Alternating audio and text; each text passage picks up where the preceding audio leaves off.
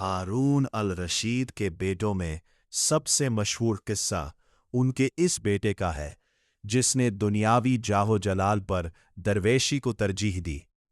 तारीख की किताबों में उस शहजादे का नाम आम तौर पर कासिम बताया जाता है, मगर वो अपनी इबादत गुजारी और ज़ुहद की वजह से एक गुमनाम दरवेश के तौर पर ज़्यादा पहचाने गए। ये किस्सा इंसानी दिल को झंझोर देने वाला और दुनिया की हकीकत वाज़ेह करने वाला है। शहजादे का ज़ुहद और दुनिया से किनारा कशी हर शख्स के लिए एक पैगाम है। हारून और रशीद अब्बासी सल्तनत के सबसे ताकतवर खलीफा थे, जिनकी दहलीज पर दुनिया भर की दौलत और इज्जत कदमों में थी। लेकिन उनका एक बेटा ऐसा था जिसका दिल उन चीज़ों में नहीं लगता था। वो अक्सर कब्रिस्तानों में बैठता और अल्लाह की याद में मसरूफ़ रहता। लिबास, वो कीमती शाही लिबास के बजाय मामूली और पैबंद लगा लिबास पहनता। वो महल के आराम व आसाइश के बजाय मेहनत मजदूरी करके हलाल रिस्क कमाने को तरजीह देता था। बाप से मकालमा और जुदाई। एक बार हारून अल रशीद ने अपने बेटे को पैबंद लगे कपड़ों में देखा तो दरबारियों के सामने सुबकी महसूस की और उसे समझाने की कोशिश की।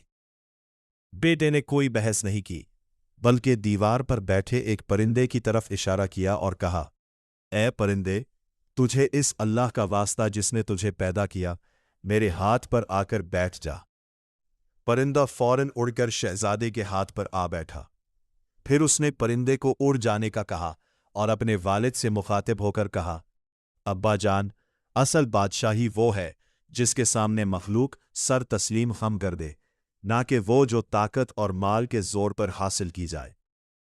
उसके बाद वो शहजादा खामोशी से बगदाद छोड़कर बसरा चला गया ताकि गुमनामी की जिंदगी गुजार सके।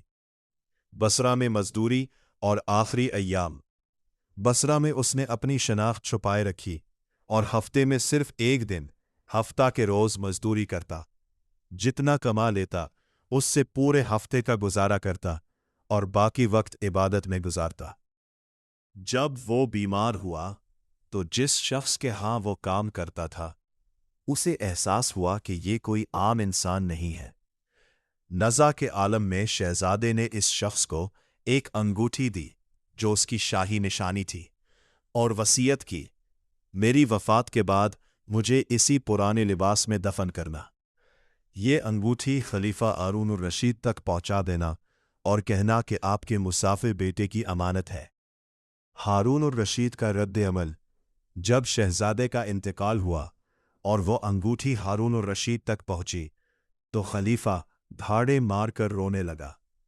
उसे शदीद अफसोस हुआ कि उसका बेटा इस हाल में दुनिया से रुखसत हुआ, मगर साथ ही उसे अपने बेटे के बुलंद मर्तबे और तकवा पर रश्क भी आया।